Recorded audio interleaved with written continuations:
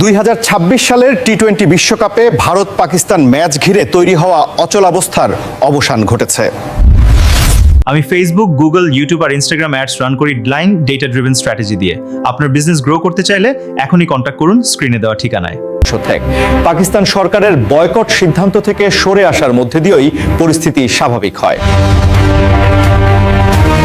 বাংলাদেশকে সমর্থন জানিয়ে পাকিস্তান 15 ফেব্রুয়ারি ম্যাচ বর্জনের ঘোষণা দিয়েছিল।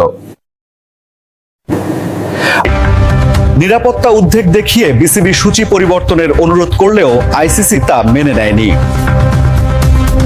তবে আইসিসি জানিয়েছে বিশ্বকাপে অংশ না নেয়ায় বাংলাদেশের বিরুদ্ধে কোনো শাস্তি হবে না। সংস্থাটি বলছে সিদ্ধান্তটি নেওয়া হয়েছে নিরপেক্ষতা ও ন্যায়তার নীতির ভিত্তিতে। 2031 সালের ওয়ানডে বিশ্বকাপ ভারত ও বাংলাদেশের যৌথ আয়োজনে অনুষ্ঠিত হবে। আলোচনায় পাকিস্তান 5টি দাবি তোলে, যার মধ্যে 2টি ছিল সরাসরি বাংলাদেশকে ঘিরে। সব মিলিয়ে ভারত পাক উত্তেজনায় শেষ, হাসল বাংলাদেশ।